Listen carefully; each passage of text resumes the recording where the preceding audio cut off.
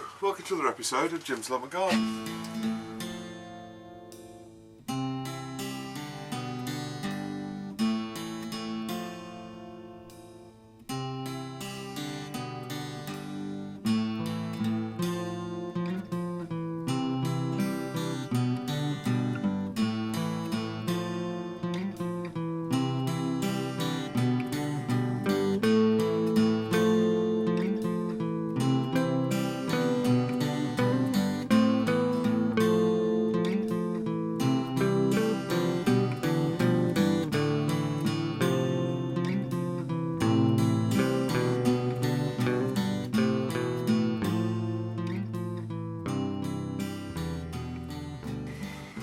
So it's got to the point where all of these tomatoes, a lot of them have gone sort of a bit soft and mucky now, to be honest with you. But I'm just going to take off the ones that I can, use. Now, a lot of them are, even though they're soft, you know, you can still cook them up and make some tomato sauce and stuff with them. And I'm also going to put some of the green ones in as well, to be honest with you, because they really won't hurt anybody. Now, as soon as I've done this, what I'm going to do is take out all these tomato plants on this side, because what I want to do is, because I'm drying so many things in the greenhouse, I've got the sunflowers and the pumpkins and whatever else. What I'm going to do is put all of the plants over on this side, so I'll have like a wet side and a dry side. And I think it's always worthwhile. Obviously, this time of year, you know, you're using your greenhouse not only for, you know, sort of growing stuff and sort of keeping stuff frost-free, but also to dry stuff out and that as well. So what you need to do, or at least what I like to try and do, is have a dry side and a wet side. So I can put all the plants along here. Obviously, I'm going to leave the cucumber plants in because they're obviously still growing. And then what I'm going to do is just put all the plants in there and sort of, I can keep them watered, and then this side here I'll keep it dry, and then I can keep all the sunflower seeds and the gourds and everything else on this side so they don't get wet or damaged and stuff like that. So I'll just crack on with that and I'll show you in a bit in the tool.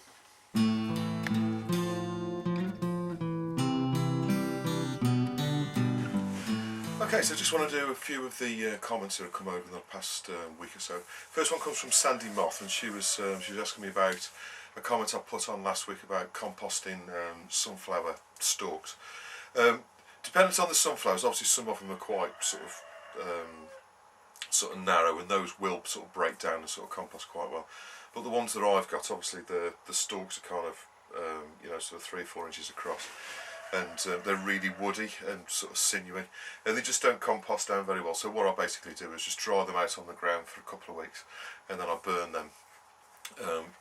Now what I have done in the past is I have tried to compost them, and to be honest with you, they just don't sort of compost down very well at all. And you know, I've sort of dug them up the following year to sort of spread on the ground, and there's just loads of sort of sunflower stalks. So basically what I do is I just burn them and get them out of the way.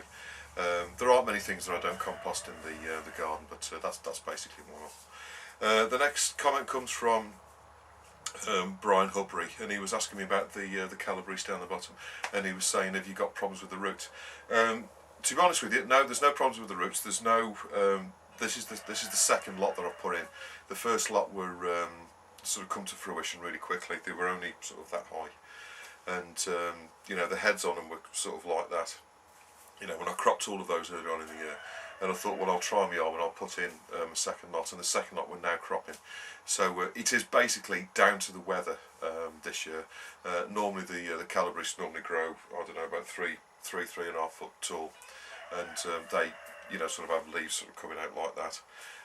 But this year, because of the weather, they've just grown small. When I took the first lot out, there was no sign of club root or any problems with the roots. You know, there's a good root ball on all of them. I mean, brassicas really have a funny sort of root on them anyway, to be honest with you. You know, they are sort of prone to problems and stuff, I know that. And they do tend to get sort of top heavy because the roots aren't that sort of big compared with the size of the plant. And I don't know if you've noticed on a lot of brassicas, the stalk will come out of the ground and it's reasonably thin like a finger, and then it'll suddenly get fat, and then you've got this massive sort of plant being supported off that above. But no, there's no club roots in the ground, to my knowledge. and I have got a club root a little bit further up the plot, which I don't grow any brassicas there, but no, there's no there's no sort of problem with that, and there's no insects in the ground. The roots were reasonable size ball, so I'm pretty sure I've got no problems there. The next comment that Brian Aubrey said was about I said about the cold winter, and we haven't had a reasonably good winter now for 2 or 3 years, and you do notice a massive difference. When we have a good cold winter, it kills all the bugs off in the all of the aphids and the all the other sort of critters out there that cause problems. And so of course over the last couple of years we have suffered a little bit with sort of white fly, green fly, black fly. As you know, I had them on the beans, and I've had white fly on the kale as well. But yes, I think it would do us good to have a nice sort of cold snap in the winter, for a couple of weeks. Nice, sort of freeze everything over, and that'll kill all the bugs off for us. So yeah, we are due a good winter. The next comment comes from Marina Wilson, and she was saying, what's the difference between pumpkins and gourds? Well, gourd is the family, so and gourds cover a whole range of different sort of fruits, but all of the plants look the same. And if I take one of the leaves off, this is a cucumber leaf. All of the leaves will look like that. It's the kind of heart-shaped leaves, and they're all the plants are the same. So if you look at or pretty much the same. So if you look at pumpkin plants or courgettes or anything like that, they've all got that shaped leaves, and that's basically a gourd. And they're all sort of trailing or climbing plants, and but they're all of the seed look pretty much the same. All the leaves look pretty much the same, so they're all the same sort of family, if you like. Now, in the gourd family, we've got of course we've got cucumbers. Just take one off here. So obviously that's a gourd. That's a cucumber. Also similar to cucumbers, we have gherkins, obviously very similar to that, and there are a number of different types of cucumbers, but obviously cucumbers like a subfamily, if you like, but they're a gourd. Then we've got things like butternut squash, like that. That's also a gourd. So these two are in the same family. And then on top of that, we also have things like obviously pumpkins, which obviously look like that. And then you get the sort of more traditional sort of looking pumpkin, which looks more sort of like that. And then we get other sort of gourds as well, like sort of like that, which is a type of pumpkin again. And we get sort of things like Winterfest gourds, which look a little bit like that. They're typically a little bit more sort of stripy. There's a little teeny one that I've taken off today. And obviously, they all come in different sort of shapes and sizes. The gourds, there are all sorts of different ones. But if you think sort of things like pumpkins, courgettes, marrows, cucumbers, butternut squashes, well, any type of squash really, and then the ones that are actually called gourds, like Winterfest gourd and stuff like that, they're all basically in the same family. That's basically called the gourd family. So in answer to Marina's question, a pumpkin is a gourd. It's part of the gourd family, and there is a massive range of sort of gourds out there. If you go out into sort of mainland Europe, they do tend to grow quite a lot, and obviously out in the Caribbean, they're quite big out there on the gourd as well. But they're all sort of pumpkin-y type plants, and obviously you get the sort of cucumber plants as well. But that's the gourd family.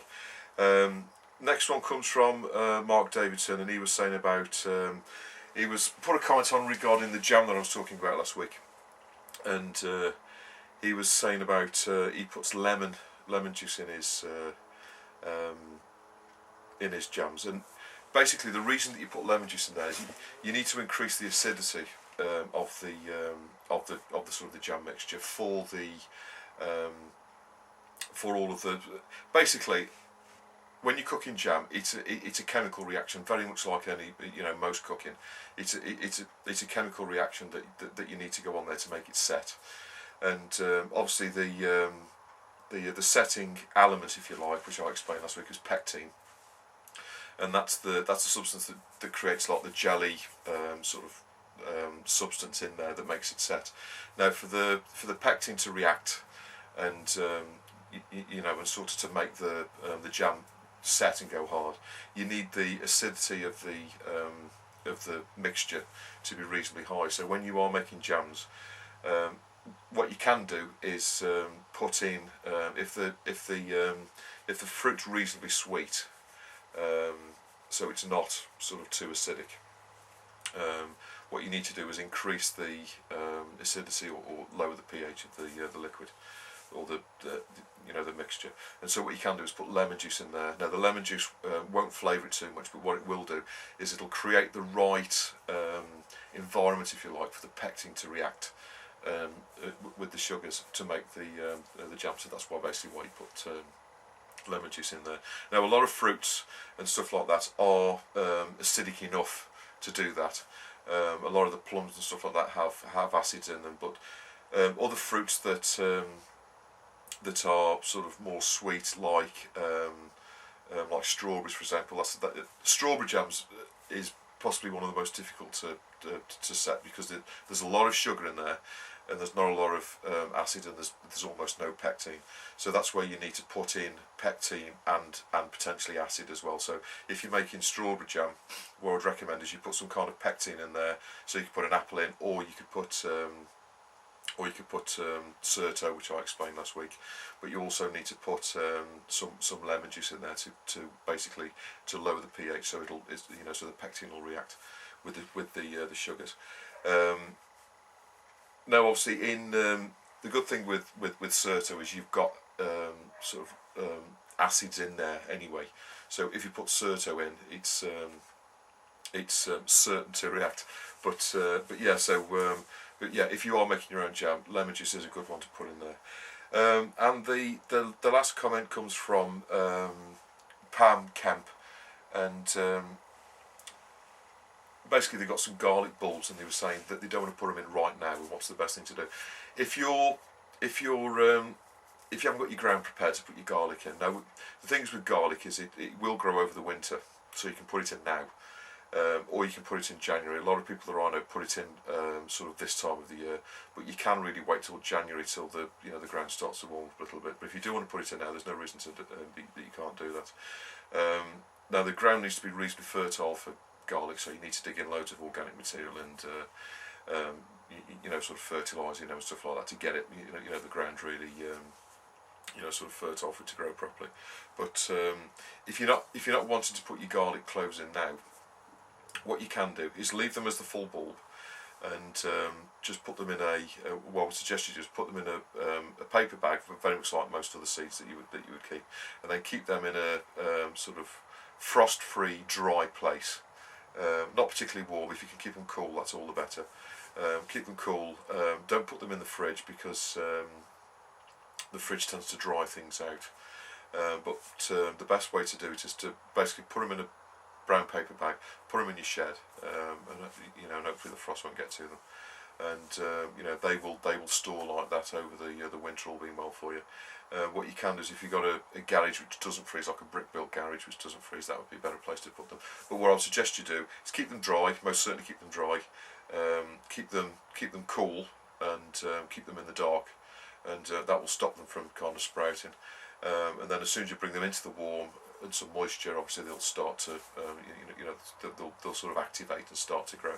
But what you can do, if you haven't got the ground ready this time of year, is if you get yourself a small pot, something like just like a little square pot like that.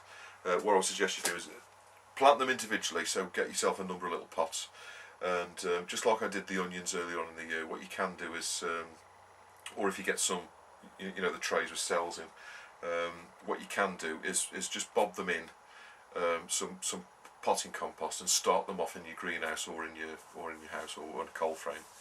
And what you can do is leave them there sort of over the next few months, just to start growing. And then as soon as they've started to grow and you've got your ground prepared, what you can do is then plant them out.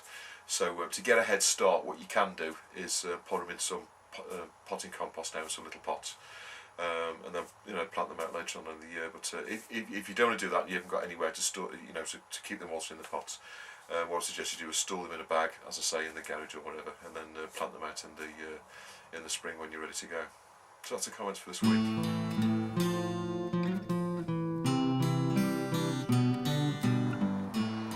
Okay, so as we've not done a tour for a few weeks, just sort of show you about. So in the greenhouse, obviously the tomatoes have now come out. Sort of tidied all those away, washed the canes and stored them away for the winter. Now I brought some of the plants in, the hollyhocks and the... Now this spinach, I'm not quite sure what's going on. It's not looking very happy at the minute, honestly. This has been in the greenhouse and watered, but as you can see, it's starting to look a bit second hand. So I don't know if I'm going to put that out or not. I might just scrap the idea and leave it. But anyway, as you can see, the cucumbers are still growing strong. We've got plenty of cucumbers coming on there. I brought in the lavender and the two different sets of lavender and the little rosemary plant. So as you can see a load of cucumbers coming in as well. We've still got plenty of cucumbers coming. The ginger's doing pretty well. That's not made a lot of difference since I showed you last time. I brought in a reasonable amount of the pumpkins to just sort of ripen off in the greenhouse. So because I've started to clear the ground outside, which you'll see in a moment. But as you can see, there's some squashes. There's a load down more in the house, to be honest with you. But I've just left these up here just to ripen. These are the ones that haven't quite gone quite ripe yet. I've brought in some more sunflowers. I've still got some more to come in, but those are the sunflowers drying off. So as I explained earlier, on this side here I've obviously got the wet side of the greenhouse, and these are things that obviously need watering. And on this side, this is where I'm sort of drying stuff off and getting them ready to take the seeds. Now the one thing I did want to show you is this is the original sunflower that I took off about 2 weeks ago, and as you can see here, it's starting to go mould in the middle. So basically what I'm going to do is just take out the seeds as best I can and give this one the chickens to eat. Now if the seeds are starting to go mouldy like that, as soon as you see signs of sort of mould forming on the seeds like that, that's potentially going to cause you problems. So you know, you want to save them when they're basically free of any mould and get them nice and dry as quick as you can. So there's plenty of seeds all here, as you can see. And the biggest one of all was that one at the back there, so that's the one I'm going to predominantly save the seeds from. I always save the seeds from the largest one. But anyway, that's the greenhouse, what the greenhouse looks like at the moment. As you can see, it's quite different from taking all the tomatoes out in that. The grapevine is right here, so as you can see, it's almost at the end of the greenhouse there. But what I'll be doing in the spring is I'm just going to tie this up for now. But I think in the spring what I need to do is cut that back and let this last bit grow in, because I think from recollection what you need to do is cut a third of the growth off and then let that grow again. So it'll probably be this harder wood here, which is what grew last year. It'll probably be one of these little runners that sort of goes long to the end. But anyway, that's the greenhouse. Now the herbs have all started to die back. Comfort at the end there, and the hollyhocks and that have all started to die back. So what I'm going to do is just chop all that down to the ground now. I shan't be saving any of the hollyhock seeds this year, but as I've explained to you in the past, basically all you need to do is get one of the seed pods, which is one of this bit here, and then if you just rustle it around in your hand, basically there are the seeds there. Just chuck them on the ground, they can grow there. But if you need to save hollyhock seeds, that's basically the way to do it. So that's the one herb bed. This one is pretty much the same. The herbs that we got down here have pretty much run to seed now. Now they're the annual ones, so I'm expecting those to die back. What else have we got? The mint in that is, and the oregano has started to send up a second lot of growth. So what I'm going to do is chop back all of these kind of seed bits here. I'm going to chop all these bits off, leaving this bit underneath to grow on through the winter. Same here as well. The rosemary's starting to flower, but I'll just chop all that sort of back. Coming around here, the chives have all sort of flopped over and started to die back, but that's expected this time of year because of the change in the weather. Now I've taken off all of the tomatoes here that aren't affected by the blight.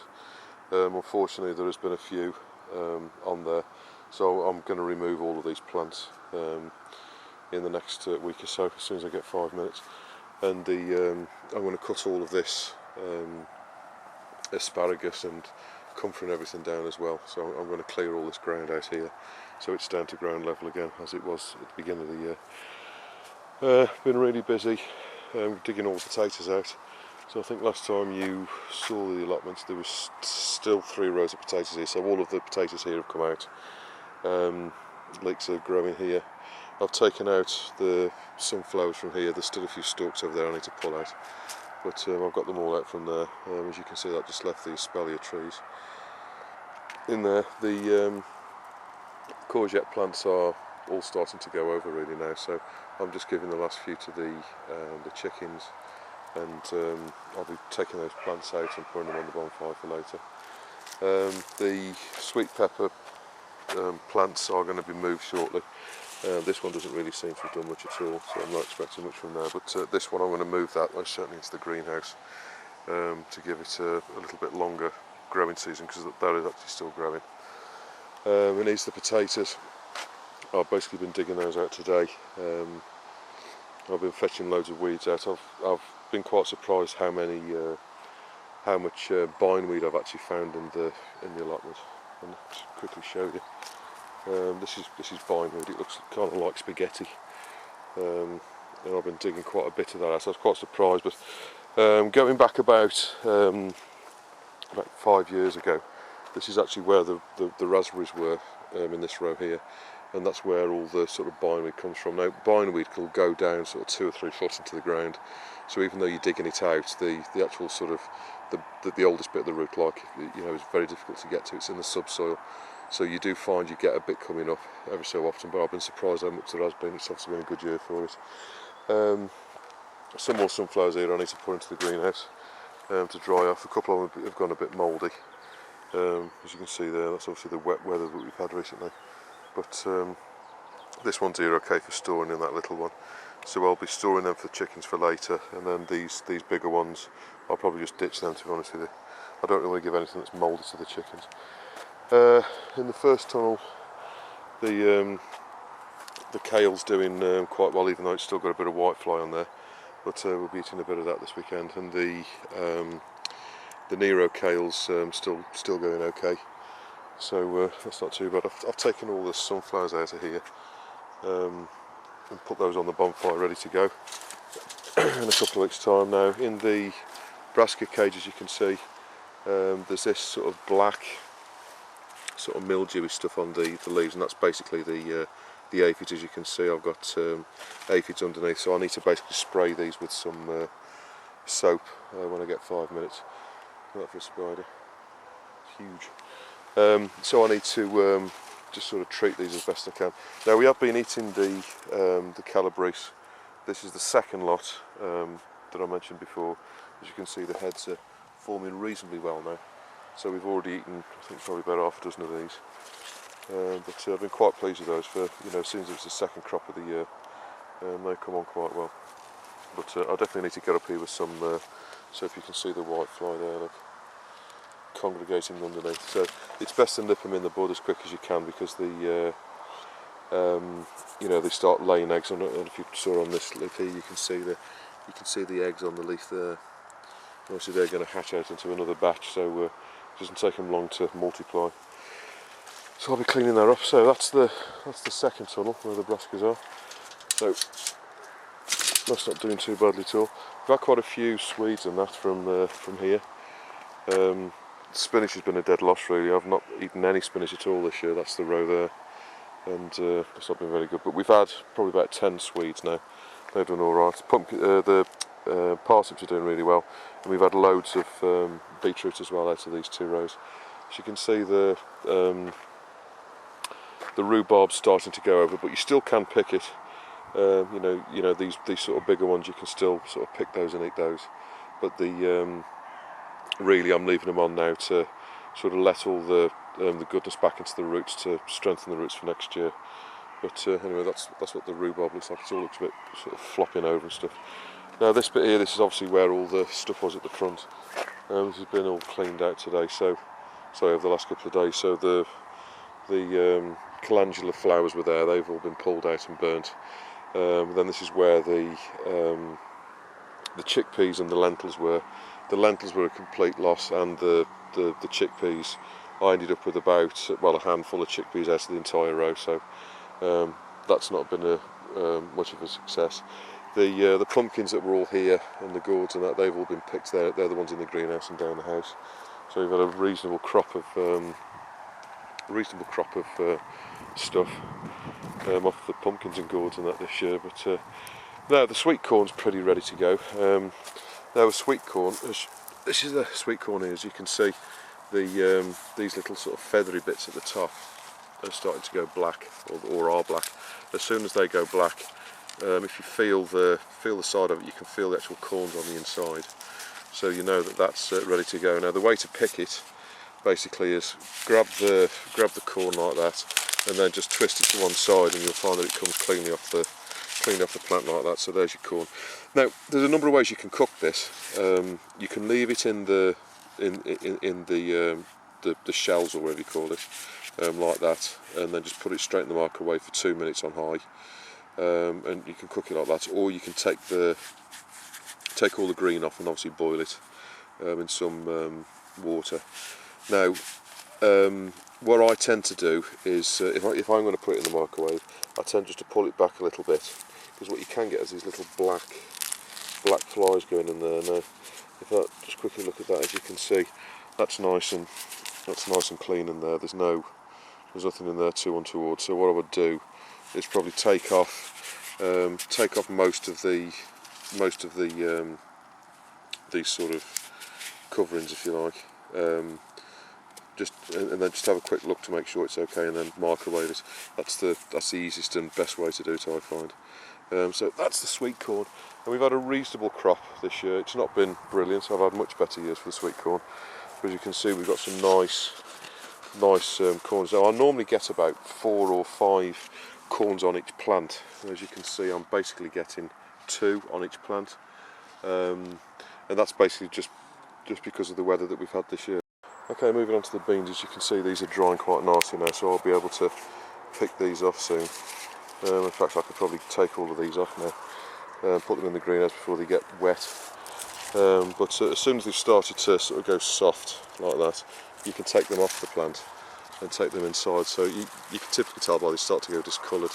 You get the sort of browning on there, so you can take them off and dry them in the greenhouse. So that's the runner beans. There's still loads on there that are sort of still coming, to be honest with you, which is quite surprising for this time of year. But I'm going to try and save as many of the seeds, because obviously I'm going to send some of the seeds out to you. Right, on this side then, sweet peas. I still need to get the last few seeds off the sweet peas ready for next year. The potatoes have been taking most of the time up, digging all of these out and sorting them all out into the sacks and stuff, but as you can see, I've been doing quite a bit of that today, along with other bits and bobs tidying up. And one of the biggest surprises for this time of year, they're the leeks. They need a quick weed, to be honest with you. I might get the hoe around them later on, but the leeks are coming on alright. The biggest surprise is the strawberries are in flower, which isn't overly unusual for this time of year.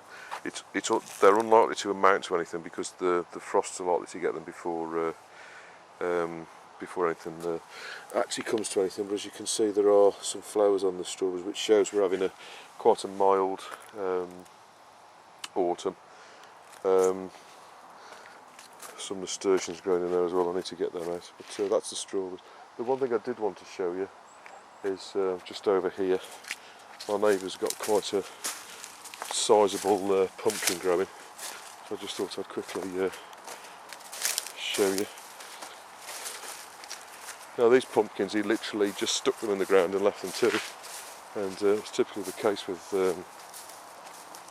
pumpkins. If you know, the more you care after them, the less they grow. But just thought I'd quickly show you this beastie here, to give you an idea. That's my hand. As you can see, that's a pretty big one there, and he's got another one over here growing. So to give you an idea, that's my hand. So that's got to be probably about 10 kilos in weight, and that one's, I don't know, 20-25 kilos. They're pretty good sized pumpkins. Not quite sure what the breed is, and he's got another little one just over here. But as pumpkins go, they're pretty good. Here's got another sort of more normal sized one there, but I think that's quite a nice sized pumpkin. Okay, so that's what the allotment looks like. So, I hope this episode of Jim's Allotment Garden has been of some use to you. Please don't hesitate to put any comments or questions you've got below, and I'll always get back to you. And I'll see you on the next episode of Jim's Allotment Garden.